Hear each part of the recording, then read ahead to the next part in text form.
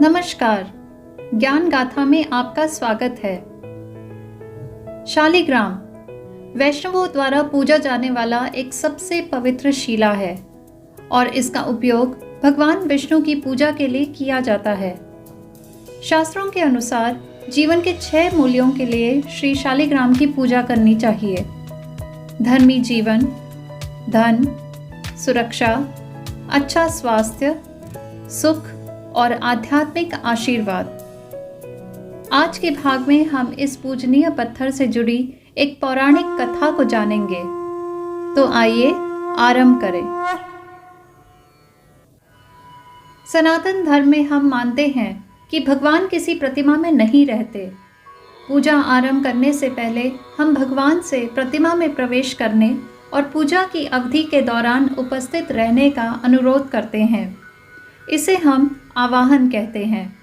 इसके बाद प्राण प्रतिष्ठा होती है, जिसमें हम मानते हैं कि संबंधित देवता प्रतिमा में प्रवेश कर चुके हैं और अब हमारे घर या मंदिर में मूर्ति के रूप में निवास कर रहे हैं। पूजा समाप्त होने के बाद हम विसर्जन करते हैं, जिसमें हम भगवान से मूर्ति को त्यागने और अपने स्वर्गीय स्थान पर जाने का अनुरोध करते हैं। यह नियम घर पर देवताओं की पूजा के लिए ही अनुरूप है, न कि सार्वजनिक मंदिरों में, जहां दैनिक पूजा और संबंधित अनुष्ठान नियमित रूप से किए जाते हैं। शालिग्राम एक विशेष शिला है जिसमें भगवान विष्णु हमेशा उपस्थित रहते हैं। वैज्ञानिकों के अनुसार शालिग्राम एमोनाइट के जीवाश्म है। यह एक अकशेरुकी है जो टिथिस समुद्र में रहता था, जो भारत और एशियाई मुख्य भूमि के बीच में मौजूद था। जैसे ही भारत 25 करोड़ वर्षों में लगभग 9000 किलोमीटर उत्तर की ओर बढ़ा, हिमालय का निर्माण हुआ। हिमालय से गंगा के मैदान में कई नदियां बनती और बहती थीं। शालिग्राम गंडकी नदी में प्रचुर मात्रा में पाया जाता है। यह नदी वर्तमान में नेपाल में स्थित है। एमोनाइट के खोल से बने निशान शालिग्राम को उसका विशिष्ट रूप देते हैं। यह निशान भगवान विष्णु के सुदर्शन चक्र के समान प्रतीत होता है। प्रस्तुत है शालिग्राम की यह अद्भुत पौराणिक कथा। यह एक श्राप के कारण था कि भगवान विष्णु एक शिला में बदल गए। एक श्राप जो इतना शक्तिशाली था कि त्रिदेवों में से सबसे शक्तिशाली ईश्वर भी इसे स्वीकार करने के अतिरिक्त कुछ नहीं कर सके। भगवान विष्णु को यह श्राप उनके सबसे निष्ठावान भक्त वृंदा से मिला था। जालंधर नाम का एक असुर राजा था। उसका जन्म भगवान शिव के तीसरे नेत्र से निकलने वाली ज्वाला से हुआ था। अतः वह एक अत्यंत शक्तिशाली योद्धा था। उसका विवाह वृंदा नामक असुर राजकुमारी से हुआ। वृंदा जालंधर से बहुत प्रेम करती थी और एक समर्पित पत्नी थी। उसकी भक्ति, निष्ठा और पवित्रता ने जालंधर को अजेय बना दिया था। जालंधर देवताओं के विरुद्ध था। उसने देवताओं को स्वर्ग से बाहर खदेड़ कर अपना राज्य स्थापित किया। देवता सहायता के लिए भगवान विष्णु और शिव से प्रार्थना करने गए। भगवान शिव को यह ज्ञात था कि वे जालंधर को कभी भी पराजित नहीं कर सकते थे, क्योंकि वह स्वयं शिव का अंश था। फिर भी भगवान शिव ने जालंधर से युद्ध किया। युद्ध वर्षों तक जारी रहा, लेकिन भगवान शिव जालंधर को उस सुरक्षा के कारण नहीं हरा सके जो वृंदा की शुद्धता और उसके पतिव्रता द्वारा प्रदान की गई थी। असुर राजकुमारी और असुर राजा की पत्नी होने के बावजूद वृंदा भगवान विष्णु की पूजा करती थी। वह भगवान विष्णु की एक समर्पित भक्त थी और उन्होंने पूरे विश्वास के साथ उनसे प्रार्थना की। जब देवताओं ने देखा कि भगवान शिव भी जालंधर को नहीं हरा सकते थे, तो वे भगवान विष्णु के पास गए। भगवान विष्णु वृंदा की पवित्रता को कलंकित करने के लिए बाधित हो गए, क्योंकि उसके बिना भगवान शिव जालंधर को नहीं पराजित कर सकते थे। अतः वे जालंधर का वेश धारण कर वृंदा के सामने खड़े हो गए।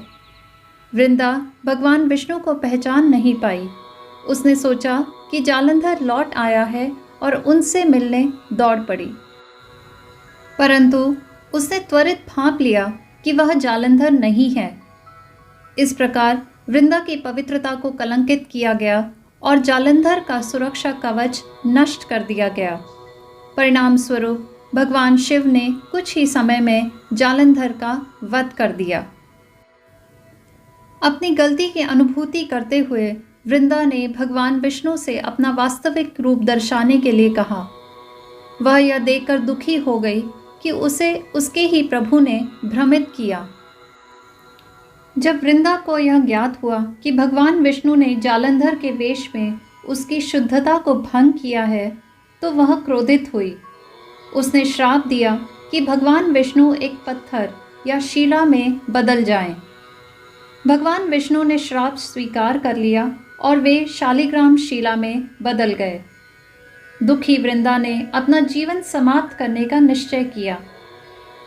भगवान विष्णु ने श्राप स्वीकार कर लिया क्योंकि उन्होंने अपने आप को अपने सबसे बड़े भक्त को धोखा देने का दोषी समझा। इसलिए उन्होंने वृंदा को वरदान दिया कि उसकी राख से तुलसी का पौधा जन्म लेगा और उस पौधे का विवाह शालिग्राम शिला से होगा। इस तरह उसकी पवित्रता शुद्ध रहेगी और वह हमेशा के लिए भगवान विष्णु के साथ रहेगी। भगवान विष्णु ने यह भी कहा कि वह कभी भी तुलसी के बिना भोजन स्वीकार नहीं करेंगे और इसलिए विष्णु का प्रसाद हमेशा तुलसी के पत्ते के साथ चढ़ाया जाता है। ब्रह्म पुराण में प्रभु नारायण कहते हैं, हे ब्रह्मा, मैं शालिग्राम शिला के रूप में शाश्वत रूप में निवास करता हूँ। पद्म पुराण में उल्लेख है कि शालिग्राम शिला दान करना सबसे बड़ा दान माना जाता है, जो पूरी पृथ्वी को उसके जंगलों, पहाड़ों आदि के साथ दान करने के प्रभाव के बराबर है। स्कंद पुराण में भगवान शिव कहते हैं कि अगर कोई भक्त शालिग्राम की पूजा नहीं करता है तो महादेव उसकी पूजा स्वीकार नहीं करते। स्कंद पुराण के अनुसार किसी भी शालिग्राम पर कभी भी कोई मूल्य नहीं लगाया जा सकता, क्योंकि पृथ्वी पर इतना सोना, मणिमाणिक या अन्य बहुमूल्य वस्तु नहीं है जो एक शालिग्राम की तुलना कर सके। ऐसा माना जाता है कि जो व्यक्ति प्रतिदिन चक्र जैसा निशान बने शालिग्राम को स्नान कराता है, उसे ब्रह्म हत्या जैसे सभी पापों से छुटकारा मिल जाता है, और यदि वह प्रतिदिन ऐसा जल पीता है तो उसे भगवान विष्णु के 1000 हवन के बराबर पुण्य प्राप्त होता है। शालिग्राम को खरीदना या बेचना नहीं चाहिए। वह एक हिंदू परिवार की बहुमूल्य संपत्ति है और पीढ़ी दर पीढ़ी सौंप दी जाती है। चूँकि शालिग्राम भगवान विष्णु का निवास स्थान है, इसलिए जिनके घर में यह है उन्हें प्रतिदिन इसकी पूजा करनी चाहिए। बिना स्नान किए शालिग्राम को स्पर्श नहीं करना चाहिए। इसे फर्श पर नहीं रखना चाहिए और केवल सात्विक भोजन ही करना चाहिए। शालिग्राम की पूजा में टूटे हुए अक्षत का प्रयोग नहीं करना चाहिए। शालिग्राम शिला की पूजा करते समय अंगूठे का प्रयोग नहीं करना चाहिए। इसका कभी भी आवाहन या विसर्जन नहीं किया जाता। शालिग्राम की दैनिक पूजा प्रभु विष्णु के निवास स्थान के रूप में आवश्यक है। शिवलिंग शालिग्राम सबसे विशिष्ट शालिग्रामों में से एक है। साधारणतः यह एक गोल चिकनी शिला के रूप में प्रकट होता है, जिसमें एक केंद्रीय शंक्वाकार सर्पिल होता है। शिवलिंग शालिग्राम शुभता का प्रतीक है। इस शालिग्राम के उपासक को स्वास्थ्य और शांति की प्राप्ति होती है। कार्तिक मास के शुक्ल पक्ष की एकादशी अर्थात प्रबोधिनी एकादशी के अवसर पर शालिग्राम शिला का विवाह तुलसी माता से होता है और ये माना जाता है कि तुलसी विवाह सुख और समृद्धि लाता है।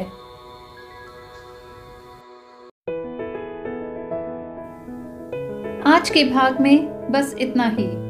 ऐसी ही अन्य रोचक जानकारियों के लिए हमारे साथ जुड़े रहिए ज्ञान गाथा पर।